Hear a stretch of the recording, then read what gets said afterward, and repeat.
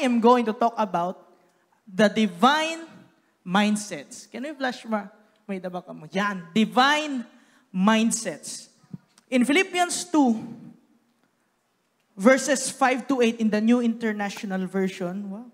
In your relationships with one another, have the same mindset. Can you say it with me? Same mindset. As Christ Jesus, who, being in very nature God, did not consider equality with God something to be used to his own advantage. Rather, he made himself nothing by taking the very nature of a servant, being made in human likeness, and being found in appearance as a man. He humbled himself by becoming obedient to death, even death on the cross. Lord, we thank you for your word. Lord, speak through me. I know I have prepared something, but God, I allow you to come and move in this place. In Jesus' name, amen. You know, one of the key points, we all know, right? You know what Adi last Sunday? Who among you here attended last Sunday? Can you raise your hands? Wow, most of us have attended last Sunday. One of the key points that Pastor Ram has preached is that the transformation in a person's life is no greater than the transformation in a person's mind. Hearing this, the Lord has led me to a very specific verse in the Bible. In 2 Corinthians 5:17 in the New Living Translation, it says here, this means that anyone who belongs to Christ has become a new person, a transformed life. The old life is what? Is gone, and a new life has begun. This verse says that anyone meaning not just those who are spiritual elites, not just those who are 100 years in the Lord, hallelujah, not just those who are perfect in their walk with God, but anyone. But not just anyone, but anyone that belongs to Christ has become a new person. The old life is now gone. Take note, it's now gone, not just covered. It's not just hidden in the closet or swept under the rug. The old life is gone. If now kunya na nga moment, if this moment I am to be gone, you won't see me here on stage. So our old life is something that is gone, something that is not present here. Tell the person next to you, the old you is not present here. It is no longer here, and that a new life has begun. But I want you to notice, we know this, right? We believe in this, that we are a new person in Christ, and we have this new life in Christ. But I want you to take notice that this verse has started with, this means. Bot ba sa bot, there must be something that means these things. And that is seen in 2 Corinthians 5:16. In the New Living Translation, it says here, so we have stopped evaluating others from a human point of view. At one time, we thought of Christ merely from a human point of view. How differently we know Him now. Then Paul said we are a new person. Meaning that we have evaluated things from a human point of view or worldly point of view before, but the moment we met Jesus, our mindset started to change. From a human or worldly mindset into a divine mindset. And that caused the transformation in our lives. This shows that there was a perspective change. Our perspective or our minds was first transformed from a human or worldly mindset to a divine mindset that caused the life transformation. That is why verse 17 says that this means we are now a new person. You are a new person because your mind has shifted from being worldly to being divine. Because you cannot live a transformed life with an old mind. That's why today we are going to talk about divine mindsets that we can learn from Jesus Christ. Now, as we began our series entitled, What Would Jesus Think? It stirred up a hunger in my heart to really understand what was the thought process or the mindsets that Jesus had when He was still on this earth. And the Lord has led me to study the first time Jesus was encountered by John before He began His ministry. It is in Matthew 3, verse 13 to 16. In the New Living Translation, let us read, Then Jesus went from Galilee to the Jordan River to be baptized by John. But John tried to talk to Him out of it. I am the one who needs to be baptized by you, he said. So why are you coming to me? Reasonable, right? But Jesus said, it should be done. For we must carry out all that God requires. So John agreed to baptize him. One of the divine mindsets that Jesus has portrayed in this passage was first, a humble mindset. First mindset is a humble mindset. The truth, church, is even if Jesus could have skipped the baptism of the water because He is God, He still submitted and said that we must do it because that is what God requires. I don't think you're seeing it yet, but I want you to see the greatness of that humility from Jesus. The person who knew no sin, not little sin, but Jesus knew no sin, submitted Himself under the baptism of repentance from sin. He knew no sin, but still, He submitted from baptism under the baptism of repentance just to do what it requires. Just to do what He has put in the law. If that is not humility for you, Jesus shows us that when He was baptized by John in the baptism of repentance, Jesus would be identified with the sinners. Because those who undergo the baptism of repentance were sinners, but Jesus still went to the baptism of repentance. Jesus shows us what humility can do. That was the humility, the humble mindset that God is showing us. Even before He preached, before He started His ministry, He was already teaching us the humble mindset that we should have. The same mindset as Christ. Jesus shows us what humility can do. Jesus showed us the truth that you need to be humble. Why? Because before honor comes humility. Why?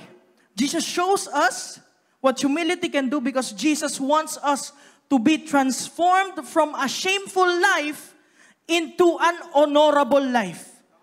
Jesus wants us to live our previous life of pride, trying to do it on our own and failing, into an honorable life in Him, because before honor comes humility. This was evidenced by what happened right after Jesus submitted Himself by undergoing baptism, read in Matthew 3, verse 16 to 17. It says here, after His baptism, as Jesus came up out of the water, the heavens were opened, and He saw the Spirit of God descending like a dove and settling on Him. And a voice from heaven said, this is my dearly loved Son, who brings me great joy. Right after Jesus has submitted Himself to baptism, right after Jesus humbled Himself by undergoing to a thing that He should not undergo because He knew no sin, right? Right after Jesus humbled Himself, the Father in heaven started to open the heavens. and started to show the honor and the glory that was in Jesus, saying that this is my beloved Son in whom I am well pleased, because before honor comes humility. So why does Jesus wants us to have this humble mindset? Because Jesus wants us to live an honorable life. As James encourages us in what he wrote in James 3 verse 13, it says here, if you are wise and understand God's ways, prove it by living an honorable life, doing good works with the humility that comes from wisdom. As we humble ourselves, we begin to experience and to live out a life that is honorable before God and before His people. Amen? The next mindset, aside from the humble mindset that we learn from Jesus, is seen or evidence when Jesus was tempted by the devil in the wilderness. Everyone knew that time, right? When Jesus was tempted by the devil in the wilderness, Jesus exampled to us what it means to have this mindset called holy mindset. First, He showed us to have what it is to have a humble mindset. Then He showed us the next, the holy mindset. Holy means being set apart. Having a holy mindset is being led by the Holy Spirit, because Jesus was led by the Spirit into the wilderness. Jesus' temptation in the wilderness shows how His mindset was set apart or holy from others. Because when Jesus was tempted, it shows how knowledgeable it is to the Scriptures, how He had this revelation of the power of the Scriptures, and how His mind was filled by the Scriptures. Because in Matthew 4, verse 3-4, when Jesus was tempted in the flesh, naya ka ng kaaway, turn these stones into bread if you are God. What did Jesus do? Jesus said, the Scripture says. In Matthew 4, verse 5-7, when Jesus was tempted to appeal to the pride of lives, the devil tried to say to Him, jump from here, because the word says. But Jesus, what did Jesus do? Jesus said, the Scripture says. In Matthew chapter 4, verse 8-10, when Jesus was tempted by the devil that he would give Jesus the kingdoms of this world, the glory, what did Jesus do? Jesus said, the Scriptures say, having the holy mindset is setting apart our minds with the Word of God and with the truth of God. So why is Jesus asking us to have a holy mindset? Because it would be hard to fight temptation without a holy mindset. These temptations will be hard to fight with just a worldly mindset. Winning against temptation demands a divine mindset called holy mindset. A mindset that is set apart for God, for His Word, and for His truths. Because Jesus doesn't want you to live a confused life. He wants you to live a life that is secured in Him, that is prosperous in Him, and that is successful in Him. And that is by setting apart or making your mindset holy for the Word of God. As Joshua said in Joshua 1 verse 8, study this book of instruction continually. Meditate on it day and night, so you will be sure to obey everything written on it. Only then, take note, will you prosper and succeed in all you do. Jesus wants us to have this holy mindset because He wants us to live a secure, prosperous, and a successful life. That no matter what we face, because we know the truth, then we will live under the truth. We have this weapon in our arsenal that we can fight temptation. Amen? That is the holy mindset, or the mindset that is set apart for the Word of God. First was the humble mindset. Second was the holy mindset, and I'm about to end. The third one, the last mindset that we can learn from Jesus, is the heavenly mindset. Wow. In Matthew 4, verse 17, it says there, "From then on, Jesus began to preach. Repent of your sins and turn to God, for the kingdom of heaven is near." The heavenly mindset. A heavenly mindset is having that constant awareness of God dependence, constant awareness of God realities, and constant awareness of God purpose in your life. The awareness of God dependence is the mindset that says, I am nothing without God. But with God, I have everything. A heavenly mindset that is aware of God dependence is a mindset that says, I cannot sustain myself. But with God, He can and even will exceedingly provide. Jesus' humanity showed His awareness of being dependent to the Father, as He often went to quiet places to pray. Having the heavenly mindset is being constantly aware that this life is not my own. And this life is under God's control and under God's sovereignty. Awareness of God dependence. Heavenly mindset, having that awareness of God realities. In Colossians 3 verse 1, "Since you have been raised to new life with Christ, set your sights on the realities of heaven, where Christ sits in the place of honor at God's right hand." The heavenly realities is the realities of who you are in God, who is God in your life, and what God has given you. Jesus has displayed this mindset in that we never saw Jesus worry about the things of this life. Because He knew that the Father that He serves is faithful to bring it all to completion.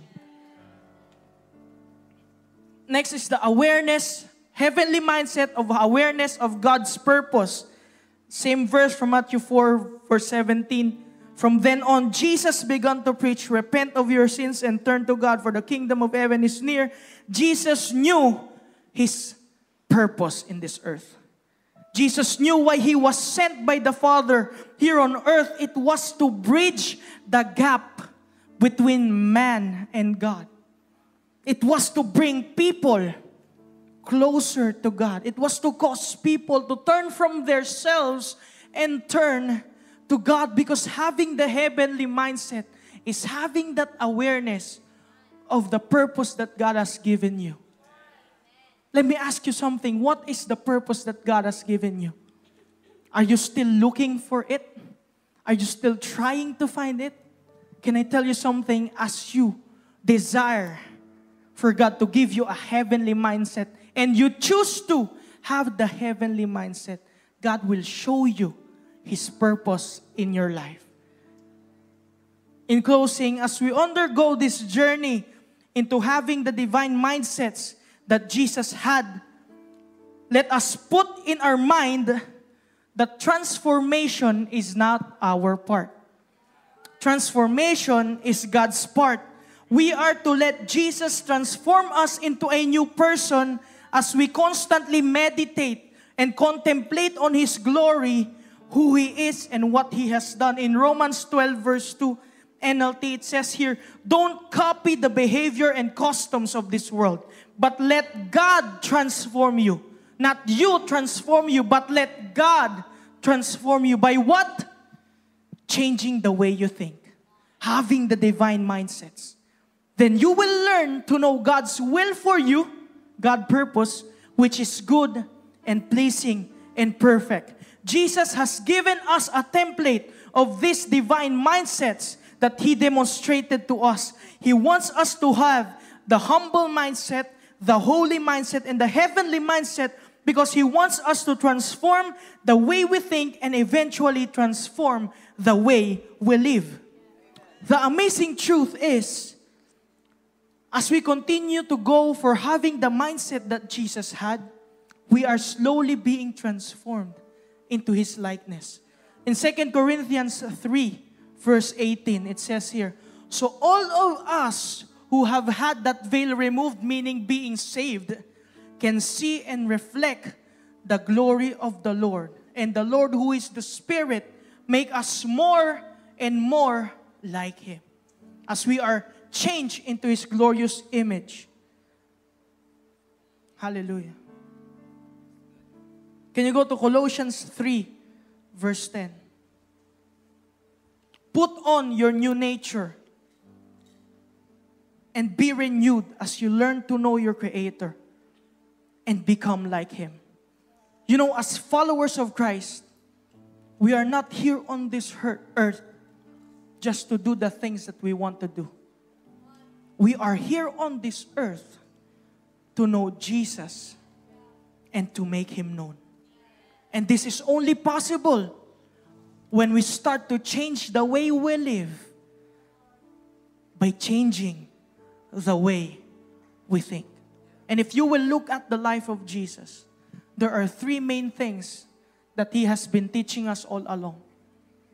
It was humility, it was holiness, and it was having the heavenly mindset. Can we go back to Philippians 2?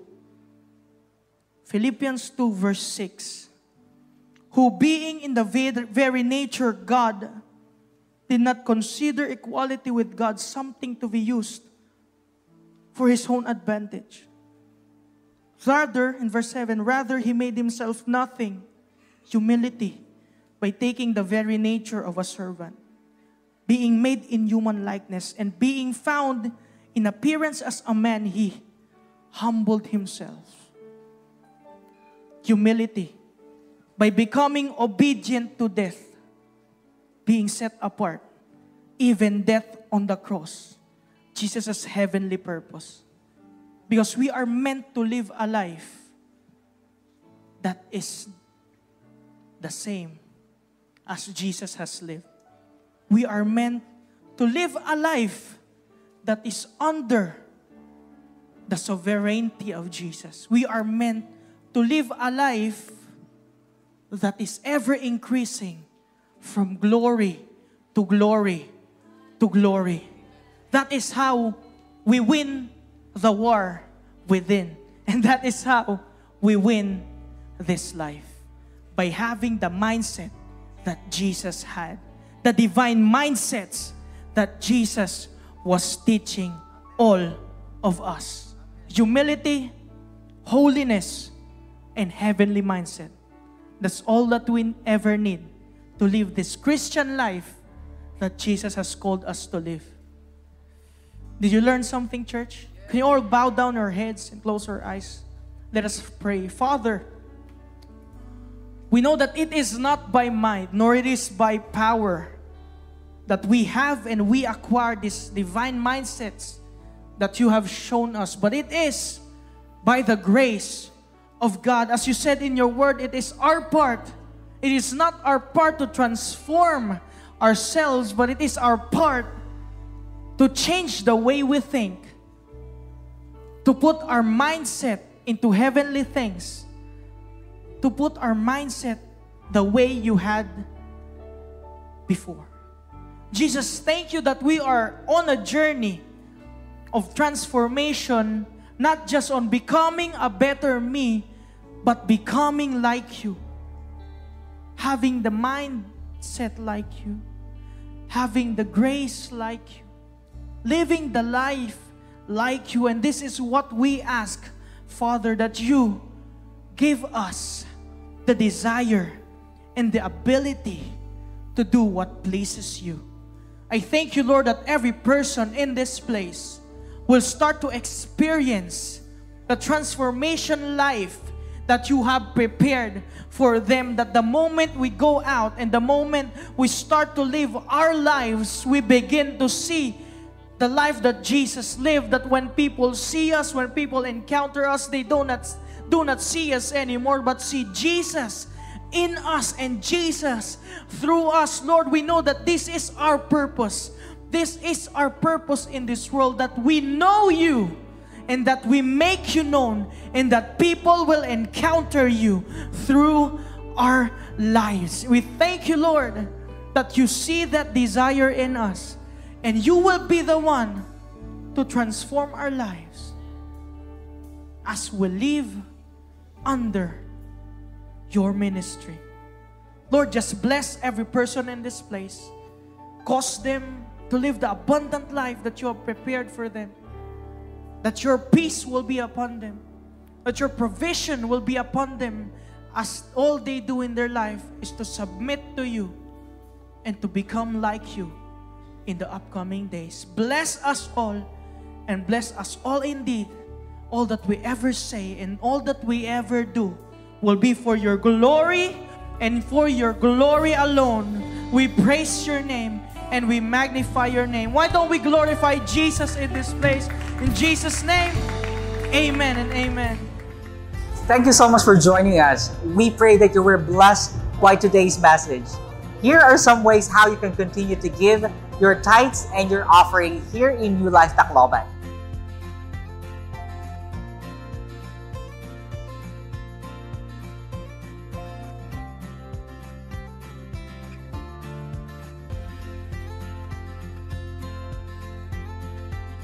Thank you, church, and God bless.